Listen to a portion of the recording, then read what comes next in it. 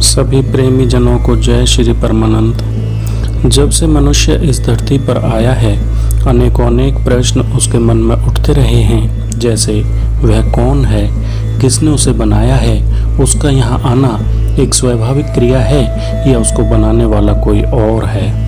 यदि उसको बनाने वाला कोई और है तो इसके पीछे उद्देश्य क्या है। इन्हीं सभी प्रश्नों को लेकर गुरु महाराज से प्रार्थना की तो यह इस चैनल के बनाने का उद्देश्य सिद्ध हुआ।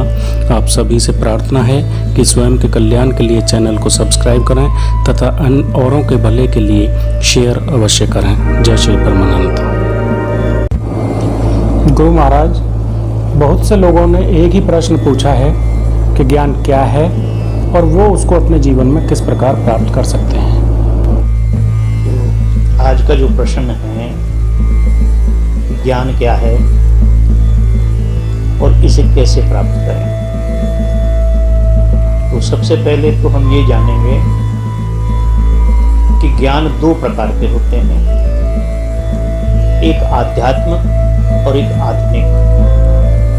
आधुनिक जो होता है वो संसारिक ज्ञान होता है, जो साइंटिस्टों के पास होता है, विद्वानों के पास होता है, संसारी लोगों के पास होता है। और अनेक इसकी धाराएं हैं। जैसे हम ज्ञान प्राप्त करते हैं, कॉलेज जाते हैं, स्कूल जाते हैं, और हम सत्संगों में जाते हैं, भागवतों में जाते हैं, लोगों के पास जाते हैं, ज्ञान प्राप्त करते हैं। अनेक प्रकार के ज्ञान हैं।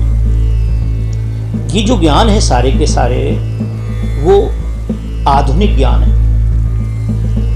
और जो दूसरा ज्ञान होता है उसका नाम है आध्यात्मिक। आध्यात्म का मतलब होता है आत्मा से संबंधित, जो आत्मा का परिचय कराता है, जो आत्मा का दर्शन कराता है, जो आत्मा को हमारे सामने प्रत्यक्ष में लाके खड़ा कर देता है, जिस ज्ञान को प्राप्त करने के बाद फिर किसी और चीज की हमें आवश्यकता नहीं होती है। जैसे संसार में हम किसी मणि को प्राप्त कर लेते हैं, जब किसी मणि को प्राप्त कर लेते हैं तो फिर हमें किसी तरह के कंकड़ों की जरूरत नहीं होती है। जैसे कांच के टुकड़ों की जरूरत नहीं होती है, और कांच के टुकड़ों की तभी तक जरूरत होती है हमें, कंकड़ों की हमें तभी तक जरूरत होती है जब तक हमें वह मणि प्राप्त नहीं होती है। जैसे ही हमें मणि प्राप्त हो जाएगी तो हमारा जो ध्येय है वो इस बात से हट जाएगा, क्योंकि इस बात का हमें ज्ञान हो गया कि भाई ये तो कांच के टुकड़े हैं, ये तो कंकड़ी हैं, ये तो रोड़ी है, इसका कोई मतलब नहीं है, इसका कोई सार नहीं है। क्यों कि हमारे हाथ में, हमारे पास, हमारे जहन के अंदर, हमारे दिमाग के अंदर, हमारे भाव के अंदर वह मणि प्राप्त हो गई। मणि को हमने जान लिया, वास्तव में ये मणि है। तो जैसे ही हम ज्ञान को प्राप्त कर लेते हैं, जैसे हम ज्ञान को प्राप्त करते हैं, अपने आप को प्राप्त कर लेते हैं, तो फिर हमें कुछ और जानने की इच्छा नहीं रहती है। संसार में किसी प्रकार की इच्छा शांत हो जाती है। जितनी इच्छाएं होती हैं हमारी सब शांत हो जाती है, क्योंकि ज्ञान को प्राप्त कर लिया। जब तक ज्ञान को प्राप्त नहीं करते, जब तक हम आध्यात्मिक ज्ञान को प्राप्त नहीं करते, जब तक हम आत्मीय ज्ञान को प्राप्त नहीं करते, तब तक अनेक ज्ञानों की लालसा हमारे अंदर बनी रहती है। जैसे शिक्षा के अंदर शिक्षा के क्षेत्र में हम जाते हैं तो अनेक प्रकार के ज्ञान वहां फैले हुए हैं। एक को छोड़ के दूसरा ले सकते हैं, दूसरे को छोड़ के तीसरा ले सकते हैं, चौथा आप सर्जन कर सकते हैं, अर्जन कर सकते हैं। मगर जो वास्तव में ज्ञान है, जिसको आध्यात्मिक ज्ञान कहा है, उसके लिए कोई दूसरा मार्ग नहीं है। वो केवल एक ही मार्ग है, अपने आप को प्राप्त करना, परमात्मा को प्राप्त करना, परमात्मा को जानना और उसे प्राप्त करना, उसे महसूस करना। ये जो ज्ञान है, ये जो आपने कहा कि भाई ज्ञान को कैसे प्राप्त किया जा सकता है, तो संक्षेप में यह है कि ये ज्ञान है, आत्मा को जानना ही ज्ञान है। आत्मा को जानना ही ज्ञान है, और इस शरीर को जानना और इस संसार को जानना, ये ज्ञान जो है ये आधुनिक है। तो अब आपने कहा कि भाई इसे कैसे प्राप्त किया जा सकता है, तो पहले तो हम यही समझ लें कि ज्ञान क्या चीज है। जब ज्ञान को समझ लेंगे तो उसे प्राप्त करने की हमें आवश्यकता ही नहीं रहेगी। क्यों? ना उस पर चलने की आवश्यकता रहेगी, ना उसे प्राप्त करने की आवश्यकता रहेगी, क्योंकि जिस दिन हमें वो प्राप्त हो गया, जिस दिन हमें ये ज्ञान हो गया कि हमें ज्ञान हो गया है, तो फिर सारे खेल खत्म हो जाएंगे। क्यों खत्म हो जाएंगे? क्योंकि उसके जानने के बाद फिर कोई इच्छा नहीं रहती है। जैसे रात्रि में हमें निद्रा आ जाती है और घोर निद्रा आती है। जब घोर निद्रा आ जाती है तो सुबह हम एकदम शांत चित्त उठते हैं, एकदम फ्रेश उठते हैं। क्यों उठते हैं? क्योंकि रात्रि में हमारी निद्रा का जो वो टाइम था वो पूरा हो गया, जो हमारे अंदर से जो भाव था, वो जो हमारा तरीका था वो पूर्ण हो गया। जितनी हमें निद्रा चाहिए थी वो निद्रा हमने प्राप्त कर ली, ठीक हो गया। इसी प्रकार से ज्ञान का है, जब हम प्राप्त कर लेते हैं उसे, तो फिर हमें दूसरी चीजों की आवश्यकता नहीं रहती। हमारा दिमाग, दिल सारे के सारे ठीक हो जाते हैं। अब संसारिक ज्ञान के लिए जो आपने कहा वो अलग बात है। अब जैसे कि आप उस पर कहते हैं कि चलना कैसे है, तो चलने के लिए तो हमें सिर्फ एक बात पता करनी पड़ेगी, हमें किसी संत के पास जाना पड़ेगा। किसके पास जाना पड़ेगा? किसी संत के पास जाना पड़ेगा। और संत के पास जाकर के केवल हम अपने आप का ज्ञान प्राप्त कर सकते हैं कि मैं कौन हूं, मैं यहां क्यों आया हूं, मेरा आने का उद्देश्य क्या था, मेरे भेजने वाले का उद्देश्य क्या था। उसने जो उद्देश्य मुझे दिया, जो उसने मुझे समझाया, जो मुझे उसे बताया, क्या मैं उस पर चल रहा हूं? क्या उस कार्य को मैं कर चुका हूं? क्या जाने के बाद मुझे समस्या खड़ी होगी वहां पे? भाई जैसे मेरी माँ ने मुझे कुछ सामान लेने के भेजा, मैं छोटा सा बालक हूं, माँ ने मुझे कुछ सामान लेने के लिए भेजा, मैं सामान लेने के लिए चला गया। जब सामान लेने के लिए चला गया तो मेरे यारे प्यारे मित्र मिल गए, मित्र मंडली मिल गई, कुछ खेलना चालू कर दिया। अब मैं बालक हूं, मुझे इस बात का ज्ञान ही नहीं है कि माँ मेरी परेशान होगी, घर में कोई सब्जी बनेगी, कुछ बनेगा, क्योंकि माँ ने मंगाया।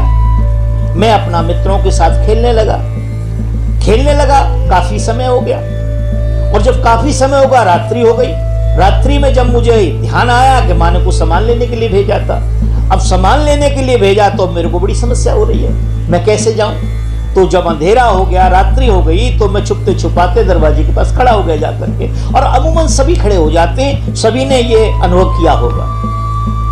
तो माँ बारंबार आती है, दरवाजे पे देखती है, तो देखती है और देख करके कहती है कि तुझे मैंने एक सामान लेने के लिए भेजा था, मगर वो सामान कहाँ है? तो वो कहता है कि माँ मैं तो चला गया था, मेरे यारे प्यारे मित्र मंडली मिल गई, और मैंने जब मुझे होश आया मैं खेलने लगा, जब मुझे होश आया तो वहां बाजार बंद हो गया था। इसी प्रकार से जब हम किसी संत के पास जाते हैं तो संत के पास केवल यही प्राप्त करने के लिए जाते हैं, यही पता करने जाते हैं कि मैं कौन हूं, मैं कहां से आया हूं, मैं क्यों आया हूं, मुझे किसी ने भेजा है, क्यों भेजा है, उसको भेजने वाले का उद्देश्य क्या था, क्या उद्देश्य था, उस उद्देश्य की मैं पूर्ति कर पाया नहीं कर पाया। जिस प्रकार से माँ ने मुझे भेजा कि कुछ सामान लेके आना, वो सामान तो मैं लेके नहीं आया, मैं बच्चों के साथ खेलने लग गया। अब रात्रि हो गई तो मुझे डर लग रहा है कि वो माँ मुझे मारेगी।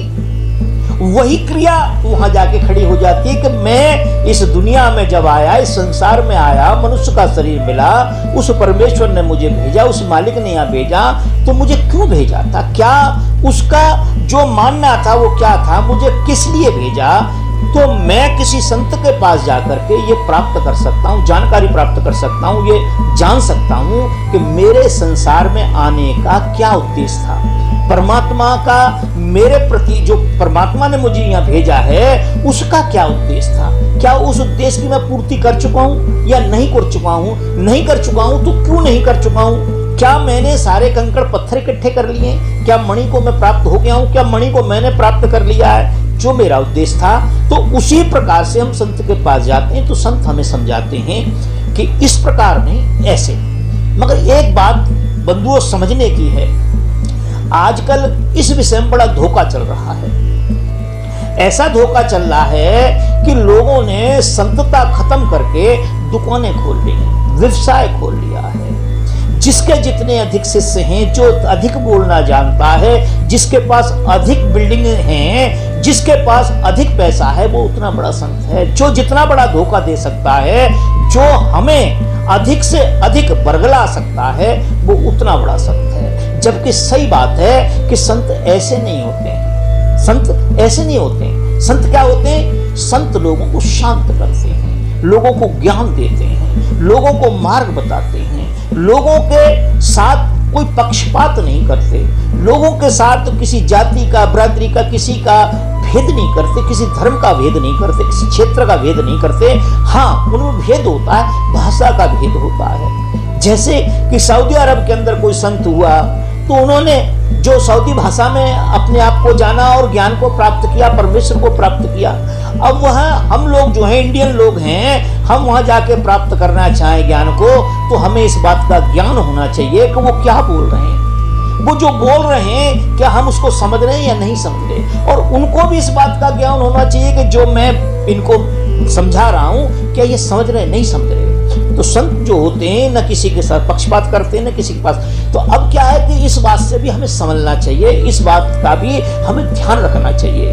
क्योंकि आज क्या हो रहा है, आप देखिए, हर रोज कोई न कोई एक संत आ जाता है जो अपने आप को परमात्मा कहता है। जबकि कोई संत हो सकता है, कोई गुरु हो सकता है, पर परमात्मा नहीं हो सकता है। परमात्मा एक ऐसा स्थान है, परमात्मा एक ऐसी वस्तु है, परमात्मा एक ऐसी व्यवस्था है जिसके चलाए सारा संसार चल रहा है। हिंदू भी उसी के अनुसार चल रहे हैं, मुसलमान भी उसी के अनुसार चल रहे हैं, ईसाई भी उसी के अनुसार चल रहे हैं, बौद्ध भी उसके अनुसार चल रहे हैं, जैन भी उसी के अनुसार चल रहे हैं, कृष्ण भी उसी के अनुसार चल रहे हैं, अमीर भी उसी के साथ चल रहे हैं, गरीब भी उसी के हिसाब से चल रहे हैं, गाय भैंसे भी उसी के साथ चल रही हैं, पशु पक्षी भी चल रहे हैं, दिन भी उसी के हिसाब से निकलता है, रात्रि भी उसी के अनुसार होती है। और वो जब जो चाहता है वो वैसा हो जाता है, और वो जब नहीं चाहता तो नहीं होता है। हम लाख कोशिशें कर लेते हैं, मनुष्य क्या कर सकता है।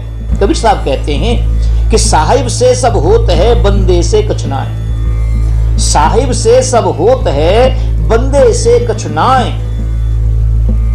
राही को पर्वत करे, पर्वत राही मान। जो सरसों का दाना होता है उसको पहाड़ बना देते हैं, इतने ऊंचा स्थान दे देते हैं जिसका हिसाब नहीं। और जो पहाड़ होता है उसे घिस करके वो राही बना देते हैं। तो वो जो परमात्मा है वो जो चाहे, जब चाहे, जैसा चाहे वैसा कर सकता है, परमात्मा है।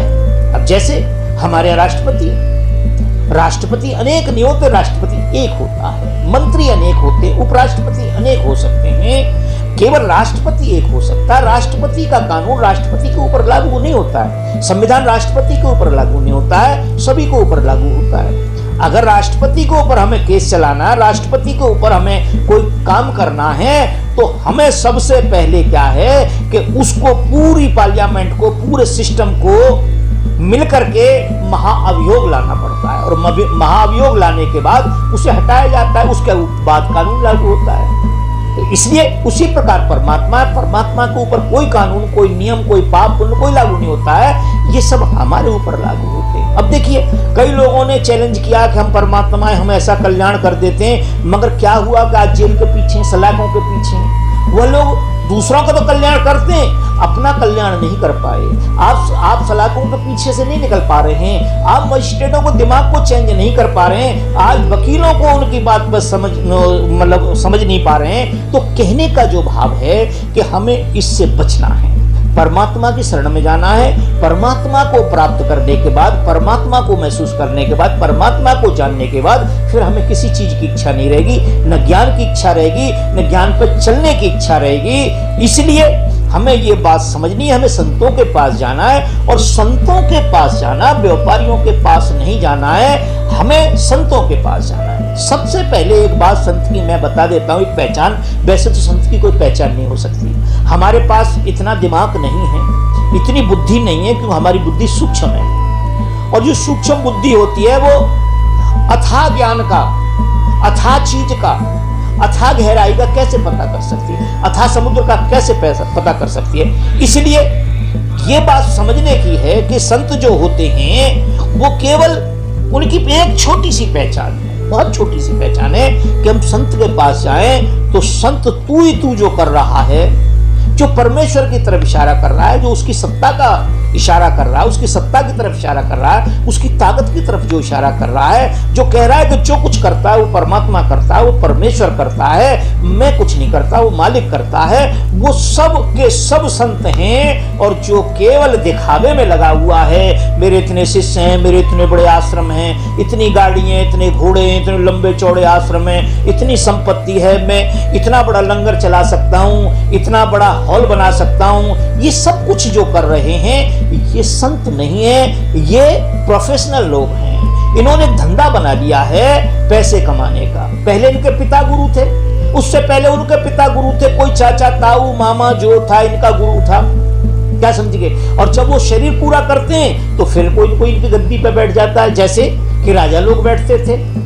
जो राजा लोग बैठते, क्योंकि वहां तो नियम है कि वो राजा की संपत्ति राजा के लिए होती है, मगर संतों की संपत्ति संतों के लिए नहीं होती है। संतों के लिए होती है, ना कि उनके परिवार के लिए नहीं होती है, गृहस्थ के लिए नहीं होती है, उनके परिवार के लिए होती है। वो परिवार के लिए परिवार के लिए नहीं होती, वो उस व्यवस्था के लिए होती है, वो संस्था के लिए होती है, वो संसार की होती है, वो संसार के लिए होती है, जो आने जाने वाले उनके लिए होती है। मगर ऐसा नहीं होता है। तो इस बात का ध्यान रखें और संतों के पास जाकर के अपने आप का पता करें कि मैं कौन हूं, कहां से आया हूं।